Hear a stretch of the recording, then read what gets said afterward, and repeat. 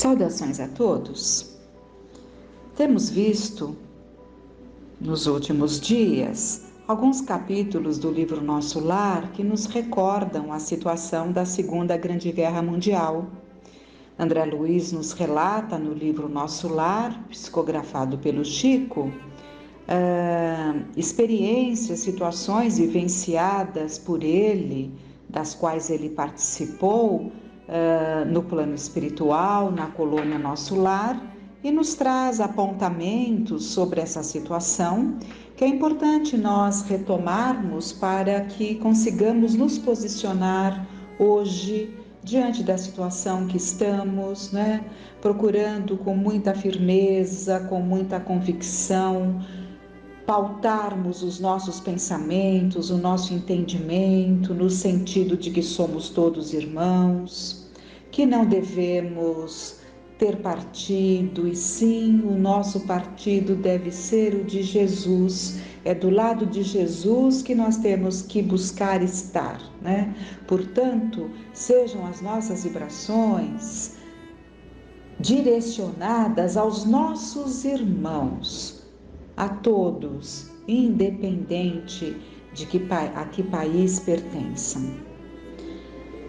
E o que nós vamos ver hoje é o capítulo 43, em conversação. O Ministério da Regeneração continuou cheio de expressões festivas, não obstante se haver retirado o governador ao seu círculo mais íntimo, porque no capítulo anterior nós vimos que o governador faz uma palestra, alertando ali aos habitantes para que se mantivessem em equilíbrio, em posição de alerta, dispostos a servir, a ajudar, a colaborar naqueles momentos tão delicados. Comentavam-se os acontecimentos. Centenas de companheiros se ofereciam para os trabalhos árduos da defensiva, assim correspondendo ao apelo do grande chefe espiritual, porque o governador, inclusive, fala da necessidade de se acentuar as defesas nas fronteiras da colônia Nosso Lar, que era preciso que se empreendessem todos os esforços para que malfeitores não conseguissem adentrar a colônia Nosso Lar, encontrando facilidades nas situações que poderiam surgir caso o medo, o desespero tomasse conta ali dos habitantes da colônia, Procurei Tobias para consultá-lo sobre a possibilidade do meu aproveitamento, mas o generoso irmão sorriu da minha ingenuidade e falou: André, você está começando agora uma tarefa nova, não se precipite, solicitando acréscimo de responsabilidade. Haverá serviço para todos, disse-nos ainda agora o governador.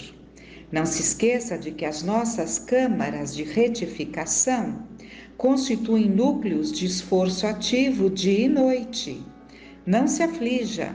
Recorde que 30.000 servidores vão ser convocados para a vigilância permanente.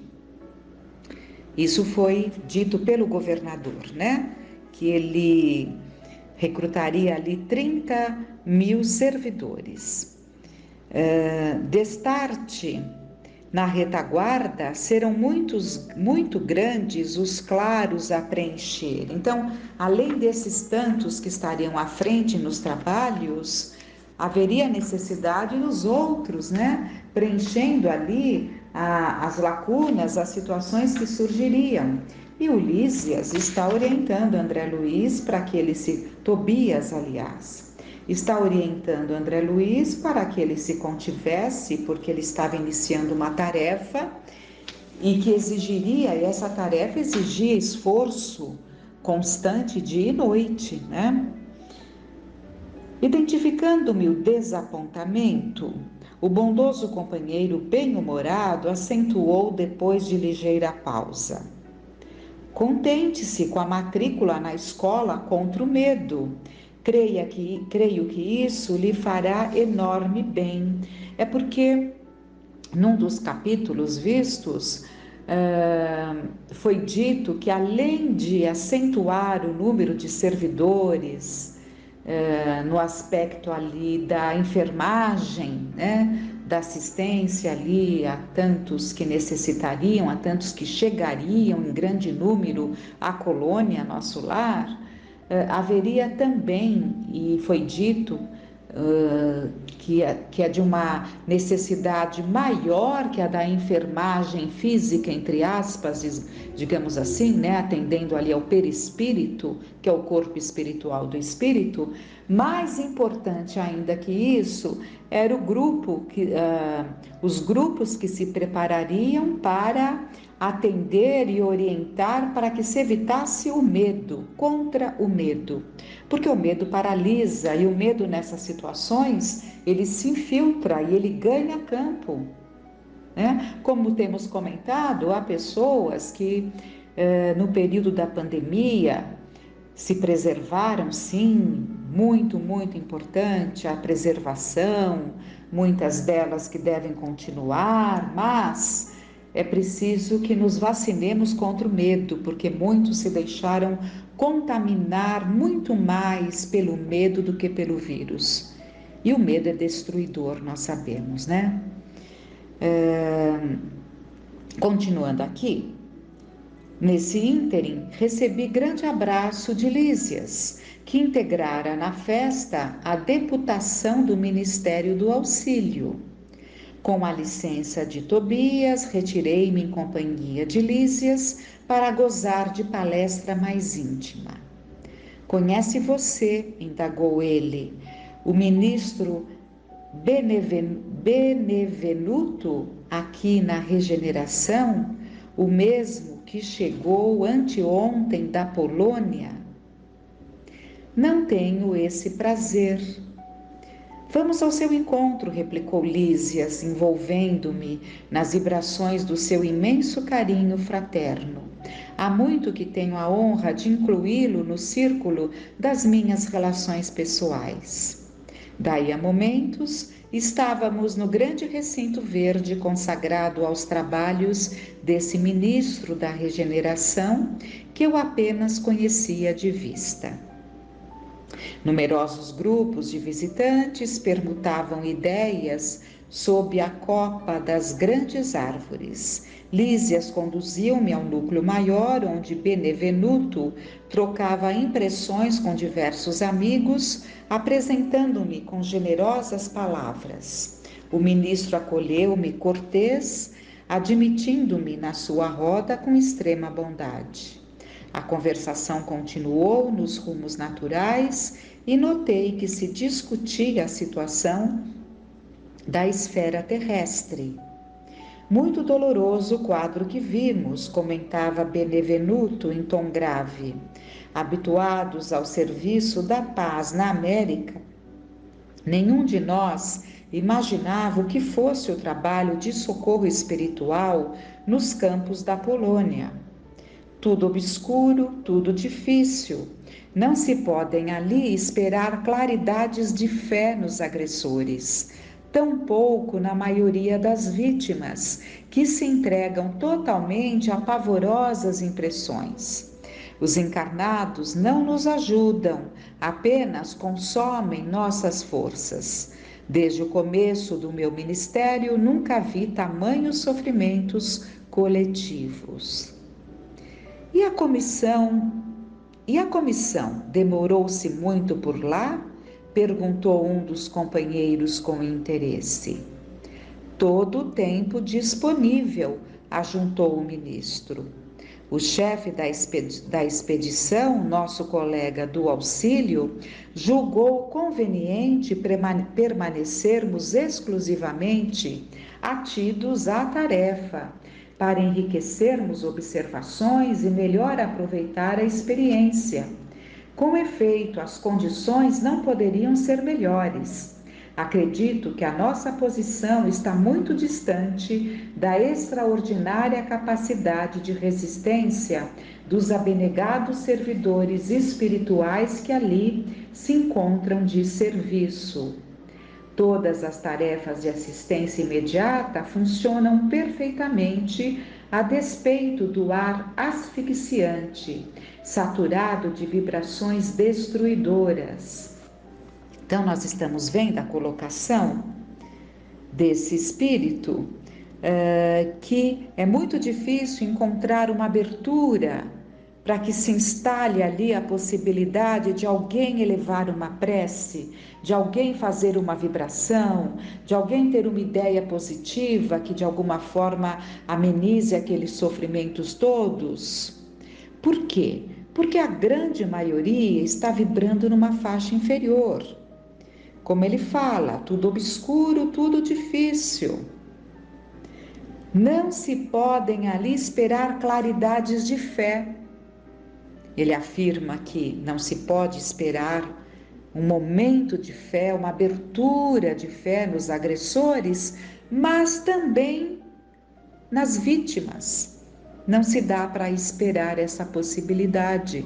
Então vocês vejam como nós nos colocamos de uma forma equivocada nas situações mais difíceis. Quando mais deveríamos elevar os nossos pensamentos, clareando o nosso entendimento pela fé que nos traz esperanças, né? E ajudam a melhorar as vibrações que se tornam tão densas, tão trevosas, na medida em que a dor, o sofrimento gerado se amplia. E vivemos momentos muito delicados, de muita dor, de muito sofrimento, de muita revolta. E é preciso que muitas vibrações alcancem a tantos e tantos ali que detêm o poder de decisões mais diretas para que tomem as atitudes adequadas. Então, por isso que temos lido constantemente, ouvido constantemente, como vibrar paz, como desejar paz se não cultivamos a paz em nós. O que nós vamos emitir quando endereçamos uma vibração? Desejando paz para esses tantos, mas se o nosso coração está atormentado, não conseguiremos vibrar a paz que tantos necessitam. Se o nosso coração está angustiado, não conseguiremos vibrar esperanças, confiança, porque nós vamos emitir aquilo que agasalhamos no nosso coração. Daí então a necessidade de trabalharmos, cultivarmos a paz em nossos corações, que tomemos essa iniciativa, essa decisão positiva nas nossas vidas, colaborando para esse momento delicado, importante na transição planetária, onde Jesus nos alertou: quando ouvires rumores de guerra, ainda não é o fim. Então, que essas palavras nos alertem, mas nos tragam a esperança da mudança, da modificação, onde mais adiante, aqueles que puderem, que sobreviverem a essa separação do joio do trigo por esforço próprio, uns conseguirão antes, outros mais além, mas todos participaremos do mundo regenerado. Felizes daqueles que conseguirão antes. Mas vamos continuar a leitura. Com efeito, as condições não poderiam ser melhores. Acredito que a nossa posição está muito distante da extraordinária capacidade de resistência dos abnegados servidores espirituais, de resistência dos abnegados servidores espirituais que ali se encontram de serviço. Todas as tarefas de assistência imediata funcionam perfeitamente, a despeito, estamos relendo, a despeito do ar asfixiante, saturado de vibrações destruidoras. O campo de batalha invisível aos nossos irmãos terrestres, é verdadeiro inferno de indescritíveis proporções. Nunca, como na guerra, evidencia o espírito humano a condição de alma decaída, apresentando características essencialmente diabólicas. Vi homens inteligentes e instruídos localizarem com minuciosa atenção determinados setores de atividade pacífica para o que chamam impactos diretos. Bombas de alto poder explosivo destroem edifícios pacientemente edificados. Aos fluidos venenosos da metralha casam-se as emanações pestilentas do ódio e tornam quase impossível qualquer auxílio. O que mais nos contristou, porém, foi a triste condição dos militares agressores, quando algum deles abandonava as vestes carnais, compelido pelas circunstâncias. Dominados na maioria por forças tenebrosas, fugiam dos espíritos missionários, chamando-lhes a todos fantasmas da cruz. Então, aqui ele está relatando que muitos dos militares, agressores, quando abandonavam ali as vestes carnais, acabavam ali, por estarem tão ligados às forças tenebrosas, fugindo dos bons espíritos, fugindo dos espíritos missionários que estavam ali para acolhê-los de alguma forma. Mas eles fugiam, chamando a todos fantasmas da cruz. Então a gente percebe, por esta colocação aqui, que foi trazida nessa narrativa por André Luiz, que por trás de tudo ainda pairam muitas marcas dos tempos idos em que muito mal foi usada a cruz, Em nome de Deus, em nome de Jesus, quantas barbáries, quantos terrores não foram disseminados, e são feridas, são dramas dolorosos a serem ainda trabalhados, E continuando a leitura, e não eram recolhidos para esclarecimento justo? Inquiriu alguém, interrompendo o narrador. Benevenuto esboçou um gesto significativo e respondeu: será sempre possível atender aos loucos pacíficos no lar, mas que remédio se reservará aos loucos furiosos, senão o hospício? Não havia outro recurso para tais criaturas, senão deixá-las nos precipícios das trevas, onde serão naturalmente compelidas a reajustar-se, dando ensejo a pensamentos dignos. É razoável, portanto, que as missões de auxílio recolham apenas os predispostos a receber o socorro elevado. Os espetáculos entrevistos foram, portanto, demasiadamente dolorosos por muitas razões. Valendo-se de ligeiro intervalo, outro companheiro opinou: falta de preparação religiosa, meus amigos, definiu o ministro. Aliás, valendo-se de ligeiro intervalo, outro companheiro opinou: é quase incrível que a Europa, com tantos patrimônios culturais, se tenha balançado a semelhante calamidade. Falta de preparação religiosa, meus amigos, definiu o ministro com expressiva inflexão de voz. Não basta ao homem a inteligência apurada, é-lhe necessário iluminar raciocínios para a vida eterna. As igrejas são sempre santas em seus fundamentos, e o sacerdócio será sempre divino quando cuide essencialmente da verdade de Deus. Mas o sacerdócio político jamais atenderá à sede espiritual da civilização. Sem o sopro divino, as personalidades religiosas poderão inspirar respeito e admiração, não, porém, a fé e a esperança e a confiança.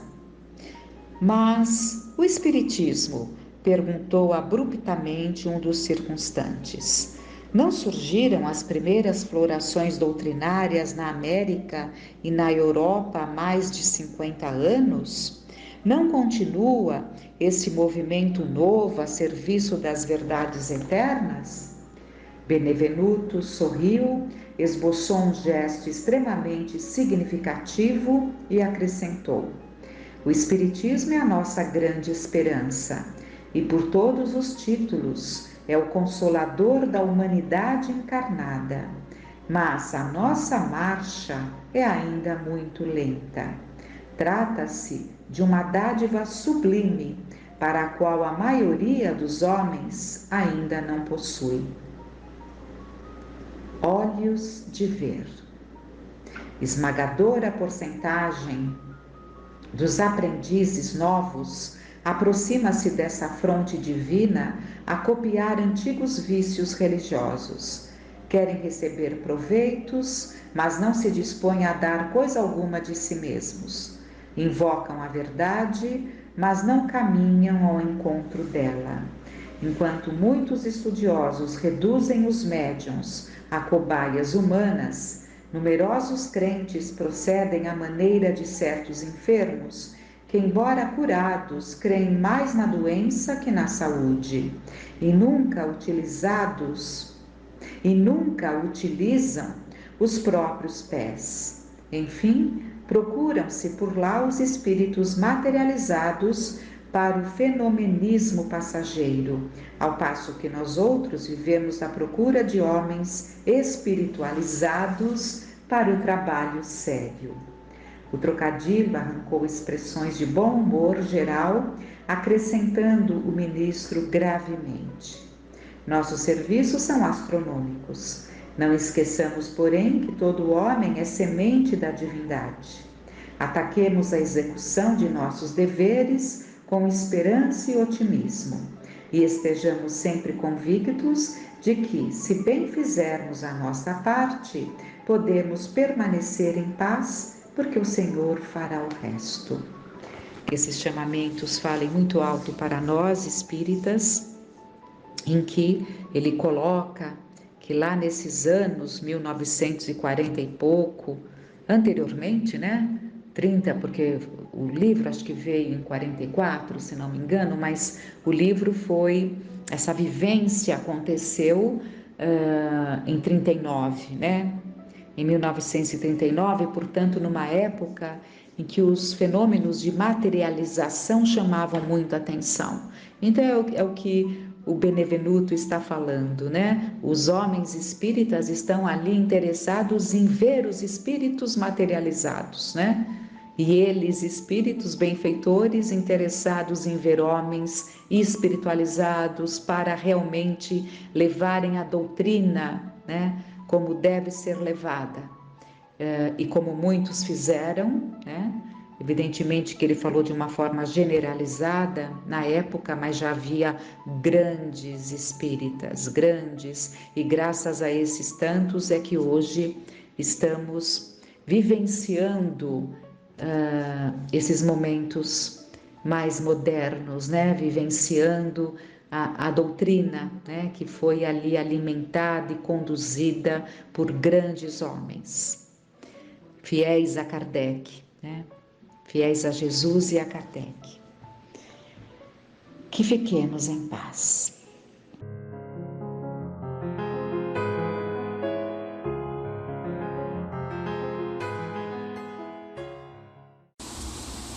O Evangelho segundo o Espiritismo, capítulo 11, Amar ao próximo como a si mesmo.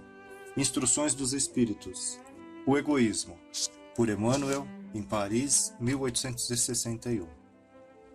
O egoísmo, esta chaga da humanidade, tem que desaparecer da Terra, pois retarda seu progresso moral, e é ao Espiritismo que está reservada a tarefa de fazê-la elevar-se nas ordens dos mundos.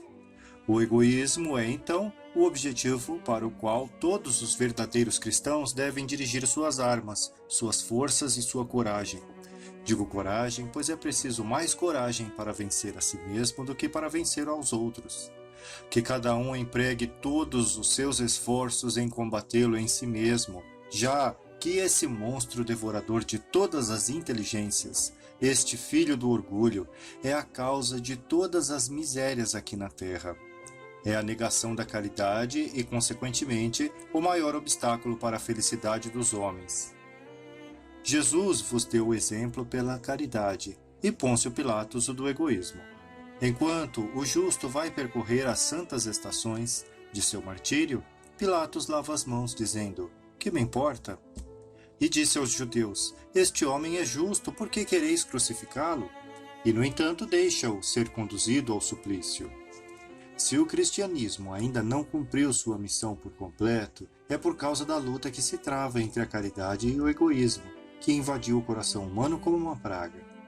É a vós, novos apóstolos da fé, esclarecidos pelos espíritos superiores, que cabe a tarefa e o dever de destruir este mal para dar ao cristianismo toda a sua força e limpar o caminho dos obstáculos que impedem sua marcha. Expulsai da terra o egoísmo para que ela possa elevar-se na escala dos mundos, pois está no tempo de a humanidade envergar seu traje de luta. Para isso, é preciso inicialmente expurgar o egoísmo dos vossos corações. Aqui Emmanuel deixa muito claro o que é necessário para que nós, humanos, consigamos dar o próximo passo na nossa evolução. É necessário que nós consigamos superar o nosso egoísmo. O egoísmo nos faz ficarmos isolados dentro de nós mesmos. Ele faz com que nós só enxerguemos a nós. Quando Jesus disse: "Amai a Deus sobre todas as coisas e ao próximo como a ti mesmo", usando o próprio indivíduo como referência de amor, de correção, para se conquistar o reino de Deus, para merecer estar dentro do que se espera que se tenha para merecer aí estar num lugar melhor, que é o que a gente chama de reino de Deus, né? É o próximo passo evolutivo. Ele fez do egoísmo uma coisa execrável, porque o egoísmo é o contrário da caridade. Uma pessoa egoísta não consegue ser caridoso, porque para ser caridoso é preciso pensar no outro, mais até do que em nós mesmos. Quando a gente pensa no outro e resolve ajudar o outro, quando a gente se importa verdadeiramente com o outro, o egoísmo, a individualidade, perde toda a razão de ser. Continuando nossa leitura, Pascal, na cidade de Sens, em 1862, psicografou o seguinte: "Se houvesse amor entre os homens, a caridade seria melhor praticada. Mas, para isso, seria preciso que vos esforçasseis no sentido de libertar os vossos corações dessa couraça, a fim de ficardes mais sensíveis ao sofrimento do próximo. A indiferença mata todos os bons sentimentos. O Cristo atendia a todos. Qualquer um que a ele se dirigisse era sempre atendido. A mulher adúltera ou o criminoso eram igualmente socorridos. Ele nunca temia que sua própria reputação viesse a sofrer com isso. Quando então o tomareis como modelo de todas as vossas ações? Se a caridade reinasse na terra, o mal não dominaria. Ele fugiria envergonhado e se esconderia, pois se encontraria deslocado em toda parte. O mal então desapareceria. Ficai bem convencidos disto." Interessante como Pascal deixa bastante explícito aqui que Jesus é o modelo mesmo. Jesus fazia tudo o que era correto. Se nós quiséssemos realmente acertar, deveríamos tomar o Cristo como modelo para tudo, em todos os momentos. Ele atendia as pessoas sem se preocupar em ser desmerecido com isso. Ele se importava com a solução do problema da pessoa, com o socorro. Ele se preocupava em colocar a pessoa no caminho. E a pessoa seguia o seu caminho baseado no rumo que o próprio Cristo indicava para elas. E ele nunca se sujou por isso, muito pelo contrário, ele se engrandeceu ainda mais, porque esse é o caminho correto. As pessoas, de modo geral, procuravam evitar os conhecidos como errados, né? Adúlteros, criminosos, pessoas assim eram evitadas pela sociedade, porque as pessoas achavam que que ia arranhar a própria reputação só de estar em relação com essas, só de conversar com eles. E não é bem assim. Nós temos que começar a praticar essa trilhagem do caminho que o Cristo nos indicou. Nós temos Ele. Ele é o maior exemplo para tudo de certo, tudo de bom, tudo de adequado para que nós sejamos felizes. Então, por que não segui-lo, né? Começai dando exemplo vós mesmos, ele diz. Sede caridosos para com todos, esforçai-vos para não vos preocupar com aqueles que vos desprezam. Deixai a Deus o cuidado de toda justiça, pois a cada dia em seu reino ele separa o joio do trigo. O egoísmo é o sentimento oposto da caridade. Sem a caridade não haverá paz alguma na sociedade. E digo mais, não haverá segurança. Com o egoísmo e o orgulho que andam de mãos dadas, haverá sempre uma corrida favorável ao espertalhão, uma luta de interesses em que são pisoteadas as mais santas afeições, em que nem sequer os laços sagrados da família são respeitados. Mais uma vez aqui, ele traz a importância da caridade, do amor, para que haja uma regulação social justa, adequada, verdadeira, porque sem ela o egoísmo seria a lei. E em sendo assim, se cada um pensasse em si, não se respeitaria realmente nem os laços sagrados da família, porque acima do egoísmo, quando a pessoa é egoísta, não existe nada, não existe nem os laços de família para segurar, para colocar um freio nas possibilidades de erro e de paixões que as pessoas levam a cabo. Nessa semana eu estive falando sobre isso interessantemente e lembrei que muitas vezes no nosso convívio normal, o que nós achamos que é apenas concorrência ou sobrevivência, o que socialmente foi convencionado achar que eram coisas assim naturais, até aceitáveis, na verdade são ações egoístas que prejudicam outras pessoas, que a gente precisa rever. Porque muitas atitudes que são vistas como atitudes profissionais, por questões de se estabelecer no trabalho, nem sempre são moralmente corretas. Elas podem ser profissionalmente corretas, mas moralmente não são. Por exemplo, se tem um colega de trabalho conosco que trabalha bastante, que é honesto, que é correto, que faz todas suas obrigações, mas que não consegue, por questões de personalidade, se destacar, ele não consegue falar do trabalho dele ou valorizar o trabalho dele assim, falando como um bom vendedor faria, e nós que se não fazemos tão bem quanto o trabalho, mas que somos muito bons às vezes na conversação e que conseguimos, como se convencionou dizer, vender o nosso peixe, nos destacamos mais porque falamos bem melhor a respeito do serviço que nós fazemos do que esse profissional que profissionalmente é melhor. Quando a gente faz isso e se destaca mais que ele, é uma forma indireta de agir com egoísmo, porque nós estamos pensando em nós e não estamos pensando que o outro que trabalhou mais e melhor que nós não conseguiu destaque só porque ele não soube falar, não soube vender o peixe.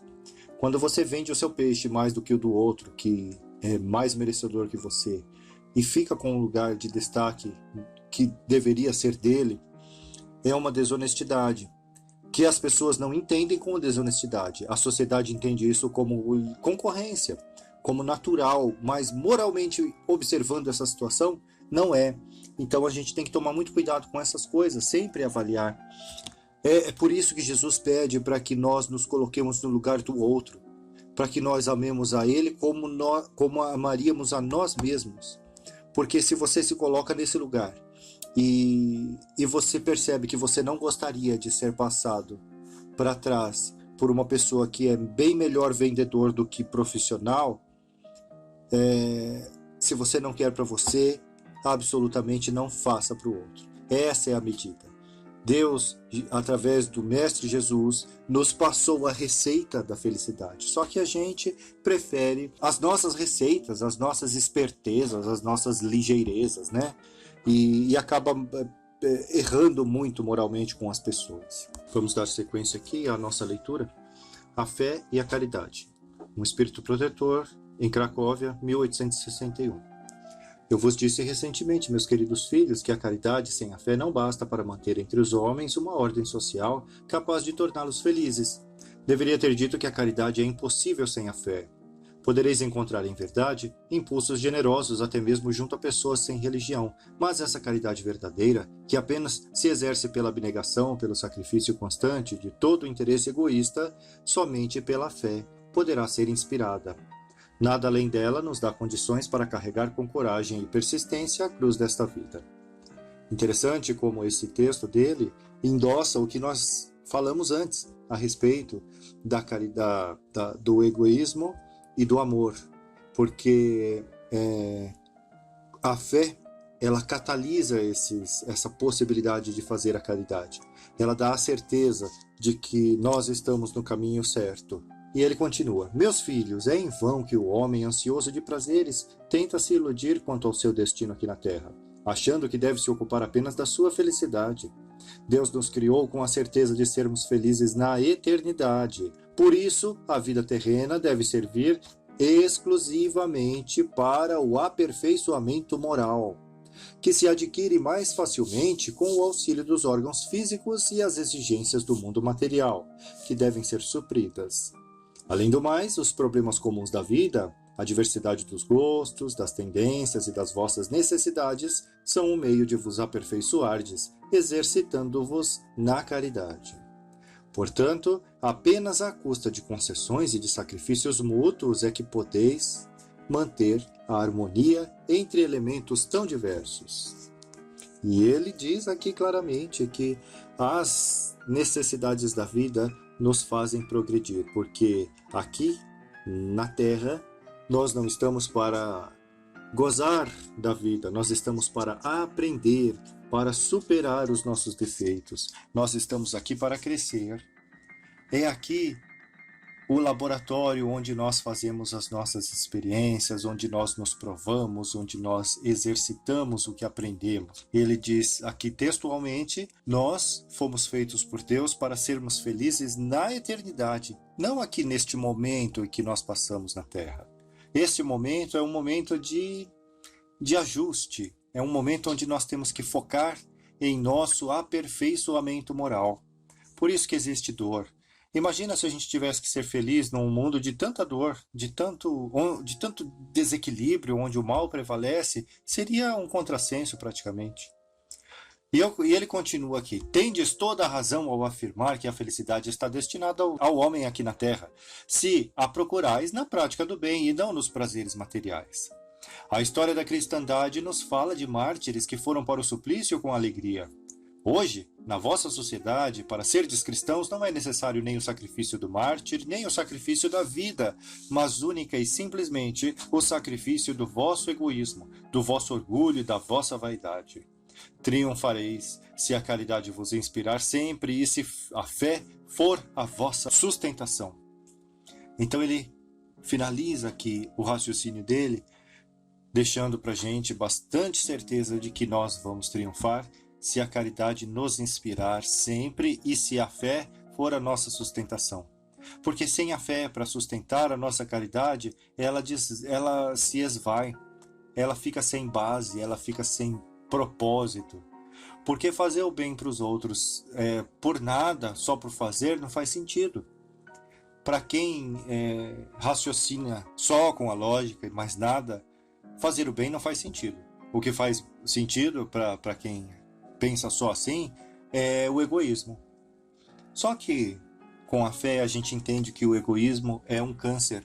Ele nos corrói e ele nos mantém cativos neste lugar, neste momento, neste lugar onde não é para que nós sejamos felizes definitivamente. Esse é o lugar de aprendizado, de sofrimento, é o laboratório, é a Terra. A Terra não é o lugar onde nós estamos destinados a ficar e sermos felizes. Aqui é como um hospital, como uma casa de correção, é onde nós estamos para nos ajustarmos. Por isso não é possível a felicidade aqui.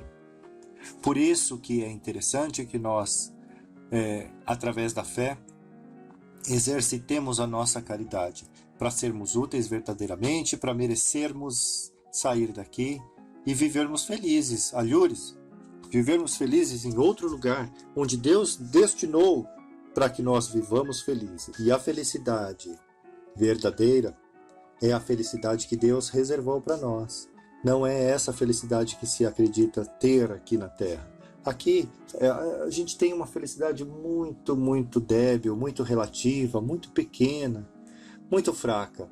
São momentos muito pequenos de felicidade muito fraca. Então, façamos o máximo esforço para que esse momento que estamos aqui na Terra seja muito bem aproveitado, para que nós possamos merecer um lugar melhor fora da Terra, porque aqui não é o nosso lugar definitivo. Tenhamos isso sempre em mente.